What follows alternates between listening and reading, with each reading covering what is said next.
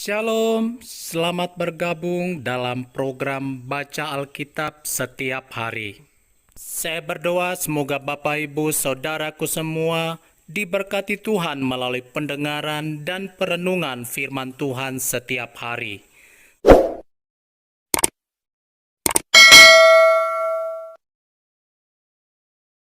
Satu Samuel pasal 28. Saul di Endor.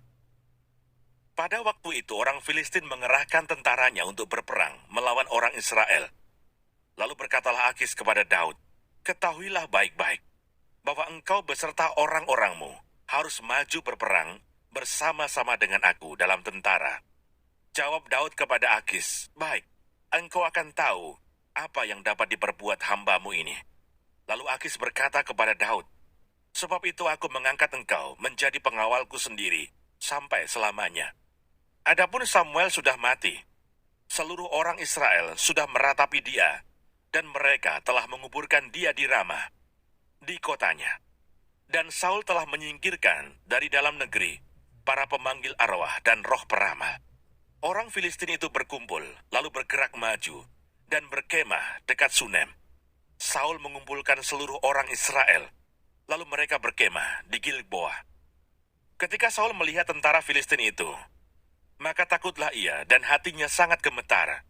Dan Saul bertanya kepada Tuhan, tetapi Tuhan tidak menjawab dia, baik dengan mimpi, baik dengan Urim, baik dengan perantaraan para nabi. Lalu berkatalah Saul kepada para pegawainya, "Carilah bagiku seorang perempuan yang sanggup memanggil arwah. Maka aku hendak pergi kepadanya dan meminta petunjuk kepadanya." Para pegawainya menjawab dia, "Di Endor ada seorang perempuan yang sanggup memanggil arwah." Lalu menyamarlah Saul. Ia mengenakan pakaian lain, dan pergilah ia dengan 2 orang. Ketika mereka pada waktu malam sampai kepada perempuan itu, berkatalah Saul, "Cobalah engkau menenung bagiku dengan perantaraan arwah, dan panggillah supaya muncul kepadaku orang yang akan kusebut kepadamu." Tetapi perempuan itu menjawabnya, "Tentu engkau mengetahui apa yang diperbuat Saul, bahwa ia telah melenyapkan dari dalam negeri para pemanggil arwah dan roh peramal. Mengapa engkau memasang jerat terhadap nyawaku untuk membunuh aku?" Lalu bersumpahlah Saul kepadanya, "Demi Tuhan," katanya, "demi Tuhan yang hidup, tidak akan ada kesalahan tertimpa kepadamu karena perkara ini." Sesudah itu bertanyalah perempuan itu, "Siapakah yang harus kupanggil supaya muncul kepadamu?" Jawabnya, "Panggillah Samuel supaya muncul kepadaku." Ketika perempuan itu melihat Samuel, berteriaklah ia dengan suara nyaring. Lalu perempuan itu berkata kepada Saul demikian, "Mengapa engkau menipu aku? Engkau sendirilah Saul." Maka berbicaralah raja kepadanya, "Janganlah takut, tetapi apakah yang kau lihat?" Perempuan itu menjawab Saul, "Aku melihat sesuatu yang ilahi muncul dari dalam bumi." Kemudian bertanyalah ia kepada perempuan itu, "Bagaimana rupanya?" Jawabnya, "Ada seorang tua muncul, berselubungkan jubah." Maka tahulah Saul bahwa itulah Samuel. Lalu berlututlah ia dengan mukanya sampai ke tanah dan sujud menyembah. Sesudah itu berbicaralah Samuel kepada Saul, "Mengapa engkau mengganggu aku dengan memanggil aku muncul?" Kata Saul, "Aku sangat dalam keadaan terjepit. Orang Filistin berperang melawan aku, dan Allah telah undur daripadaku. Ia tidak menjawab aku lagi, baik dengan perantaraan nabi maupun dengan mimpi. Sebab itu aku memanggil engkau, supaya engkau memberitahukan kepadaku apa yang harus kuperbuat." Lalu berbicaralah Samuel, "Mengapa engkau bertanya kepadaku, padahal Tuhan telah undur daripadamu dan telah menjadi musuhmu? Tuhan telah melakukan kepadamu seperti yang difirmankannya dengan perantaraanku, yakni Tuhan telah mengoyakkan kerajaan dari tanganmu dan telah memberikannya kepada orang lain, kepada Daud, karena engkau tidak mendengarkan suara Tuhan dan tidak melaksanakan murkanya yang bernyala-nyala itu atas Amalek. Itulah sebabnya Tuhan melakukan hal itu kepadamu pada hari ini. Juga orang Israel bersama-sama dengan engkau akan diserahkan Tuhan ke dalam tangan orang Filistin. Dan besok engkau serta anak-anakmu sudah ada bersama-sama dengan daku. Juga tentara Israel akan diserahkan Tuhan ke dalam tangan orang Filistin. Pada saat itu juga, rebahlah Saul memanjang ke tanah, sebab ia sangat ketakutan oleh karena perkataan Samuel itu. Juga tidak ada lagi kekuatannya, karena sehari semalam itu ia tidak makan apa-apa. Perempuan itu mendekati Saul lalu melihat bahwa Saul sangat terkejut. Kemudian berkatalah perempuan itu kepadanya, "Lihat, budakmu ini telah mendengarkan permintaanmu. Aku telah mempertaruhkan nyawaku dan mendengarkan perkataan yang kau katakan kepadaku. Oleh sebab itu kiranya engkau pun mendengarkan permintaan budakmu ini. Izinkanlah aku menyajikan kepadamu sepotong roti. Makanlah, supaya ada kekuatanmu apabila engkau berjalan pula." Tetapi Saul menolak dan berkata, "Aku tidak mau makan." Tetapi ketika para pegawainya serta perempuan itu juga mendesak, maka didengarkannyalah permintaan mereka. Lalu bangkitlah ia dari tanah dan duduk di balai-balai. Perempuan itu mempunyai seekor anak lembu tambun di rumahnya. Maka segeralah ia menyembelih itu. Ia mengambil tepung, diremasnya dan dibakarnya menjadi roti yang tidak beragi. Dihidangkannyalah semuanya itu ke depan Saul dan ke depan para pegawainya. Lalu mereka makan. Kemudian bangkitlah mereka dan pergi pada malam itu juga.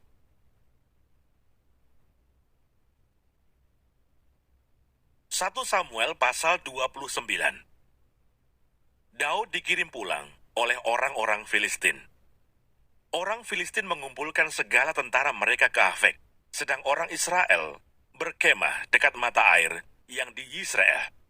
Maka ketika raja-raja kota orang Filistin berjalan lewat dalam pasukan-pasukan 100 dan 1000, dan ketika juga Daud beserta orang-orangnya berjalan lewat di belakangnya bersama-sama dengan Akis, berkatalah para panglima orang Filistin itu, "Apa gunanya orang-orang Ibrani ini?" Jawab Akis kepada para panglima orang Filistin itu, "Bukankah dia itu Daud, hamba Saul, raja Israel, yang sudah 1-2 tahun bersama-sama dengan aku, tanpa kudapati sesuatu pun kesalahan padanya, sejak saat ia membelot sampai hari ini." Tetapi para panglima orang Filistin itu menjadi marah kepadanya, serta berkata kepadanya, "Suruhlah orang itu pulang, supaya ia kembali ke tempat yang kau tunjukkan kepadanya. Dan janganlah ia pergi berperang bersama-sama dengan kita, supaya jangan ia menjadi lawan kita dalam peperangan. Sebab dengan apakah orang ini dapat menyukakan hati tuannya, kecuali dengan memberi kepala-kepala orang-orang ini? Bukankah dia ini Daud, yang dinyanyikan orang secara berbalas-balasan sambil menari-nari demikian? Saul mengalahkan beribu-ribu musuh, tetapi Daud berlaksa-laksa." Lalu Akis memanggil Daud dan berkata kepadanya, "Demi Tuhan yang hidup, engkau ini orang jujur dan aku memandang baik. Jika engkau keluar masuk bersama-sama dengan aku dalam tentara. Sebab aku tidak mendapati sesuatu kejahatan padamu sejak saat engkau datang kepadaku sampai hari ini. Tetapi engkau ini tidak disukai oleh raja-raja kota.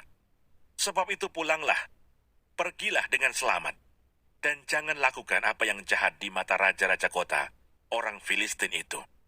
Tetapi Daud berkata kepada Akis, "Apa yang telah kuperbuat? Dan kesalahan apa yang kau dapati pada hambamu ini? Sejak saat aku menjadi hamba kepadamu sampai hari ini, sehingga aku tidak boleh ikut pergi berperang melawan musuh tuanku raja." Lalu Akis menjawab Daud, "Aku tahu, engkau ini memang kusukai seperti utusan Allah. Hanya para panglima orang Filistin telah berkata, ia tidak boleh pergi berperang bersama-sama dengan kita. Jadi bangunlah pagi-pagi beserta orang-orang tuanmu ini yang datang bersama-sama dengan engkau. Bangunlah kamu pagi-pagi, segera sesudah hari cukup terang bagimu, dan pergilah. Lalu bangunlah Daud dan orang-orangnya pagi-pagi untuk berjalan pulang ke negeri orang Filistin. Sedang orang Filistin itu bergerak maju ke Yisrael."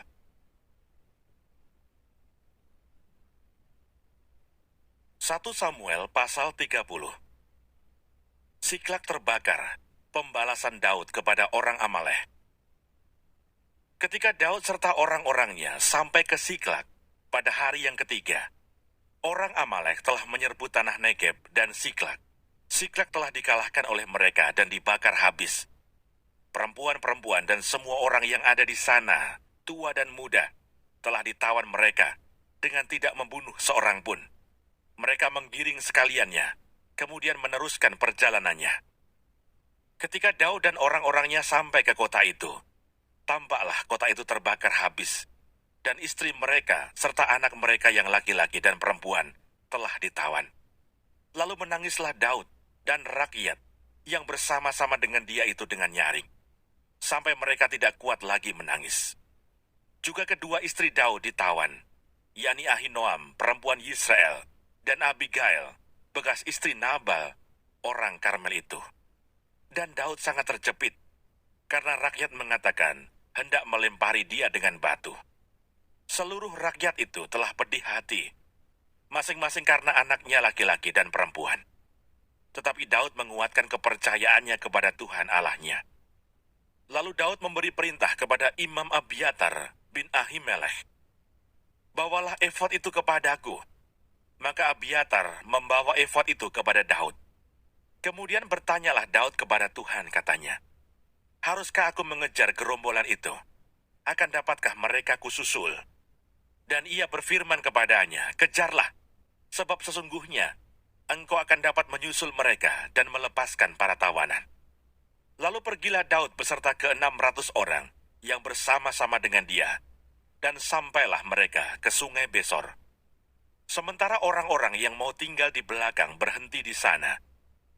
Maka Daud melanjutkan pengejaran itu beserta 400 orang. 200 orang yang terlalu lelah untuk menyeberangi sungai Besor itu berhenti di sana. Kemudian mereka menemui seorang Mesir di padang, lalu membawanya kepada Daud. Mereka memberi dia roti, lalu makanlah ia. Kemudian mereka memberi dia minum air, dan memberikan kepadanya sepotong kue ara dan 2 buah kue kismis. Dan setelah dimakannya, ia segar kembali, sebab ia tidak makan dan minum selama 3 hari 3 malam. Kemudian bertanyalah Daud kepadanya, "Budak siapakah engkau dan dari manakah engkau?" Jawabnya, "Aku ini seorang pemuda Mesir, budak kepunyaan seorang Amalek. Tuanku meninggalkan aku karena 3 hari yang lalu aku jatuh sakit. Kami telah menyerbu tanah Negeb, orang Kreti, dan daerah Yehuda, dan tanah Negeb, Kaleb, dan Siklak telah kami bakar habis." Daud bertanya kepadanya, "Dapatkah engkau menunjuk jalan kepadaku ke gerombolan itu?" katanya. "Bersumpahlah kepadaku demi Allah, bahwa engkau tidak akan membunuh aku, dan tidak akan menyerahkan aku ke dalam tangan tuanku itu. Maka aku akan menunjuk jalan kepadamu ke gerombolan itu." Ia menunjuk jalan kepada Daud ke sana, dan tampaklah orang-orang itu berpencar-pencar di atas seluruh daerah itu sambil makan, minum, dan mengadakan perayaan karena jarahan yang besar yang telah dirampas mereka dari tanah orang Filistin dan dari tanah Yehuda. Dan pada keesokan harinya, Daud menghancurkan mereka dari pagi-pagi buta sampai matahari terbenam. Tidak ada seorang pun dari mereka yang lolos, kecuali 400 orang muda yang melarikan diri dengan menunggang unta. Daud melepaskan semua apa yang dirampas oleh orang Amalek itu. Juga kedua istrinya dapat dilepaskan Daud. Tidak ada yang hilang pada mereka. Dari hal yang kecil sampai hal yang besar, sampai anak laki-laki dan anak perempuan, dan dari jarahan sampai segala sesuatu yang telah dirampas mereka. Semuanya itu dibawa Daud kembali. Daud mengambil segala kambing domba dan lembu. Semuanya itu digiring mereka di hadapannya, serta berkata, "Inilah jarahan Daud." Ketika Daud sampai kepada ke-200 orang yang telah terlalu lelah untuk mengikuti Daud, yang telah dibiarkannya tinggal di dekat sungai Besor, maka keluarlah orang-orang ini menyongsong Daud dan menyongsong rakyat yang bersama-sama dengan dia. Daud mendekati orang-orang itu dan memberi salam kepada mereka. Kemudian mulailah berbicara semua orang jahat dan orang dursila di antara orang-orang yang ikut pergi bersama-sama dengan Daud itu, katanya, "Karena mereka tidak ikut pergi bersama-sama dengan kita, janganlah kita berikan kepada mereka apa-apa dari jarahan yang kita selamatkan itu kecuali kepada masing-masing mereka, istrinya dan anak-anaknya. Itu boleh mereka bawa, dan biarlah mereka pergi.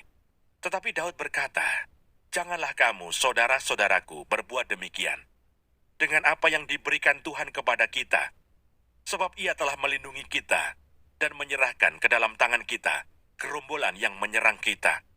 Siapa yang mau mendengarkan kamu dalam perkara ini? Sebab bagian orang yang tinggal di dekat barang-barang adalah sama seperti bagian orang yang pergi berperang. Itu akan dibagi sama-sama. Dan demikian halnya sejak hari itu, dan seterusnya. Hal itu ditentukannya menjadi ketetapan dan peraturan bagi orang Israel sampai sekarang." Daud mengirim pemberian kepada para tua-tua di Yehuda. Ketika Daud sampai ke Siklag, dikirimnyalah sebagian dari jarahan itu kepada para tua-tua di Yehuda, kepada teman-temannya dengan pesan, "Inilah pemberian kepadamu dari jarahan yang dirampas, dari musuh Tuhan, yakni kepada yang di Betel, kepada yang di Ramot di tanah selatan, kepada yang di Yatir, kepada yang di Aroer, kepada yang di Sifmot, kepada yang di Estemoa, kepada yang di Rakal, kepada yang di kota-kota orang Yirahmeel, kepada yang di kota-kota orang Keni, kepada yang di Horma, kepada yang di Bor-Asan, kepada yang di Atah, kepada yang di Hebron, dan kepada segala tempat di mana Daud dengan orang-orangnya mengembara."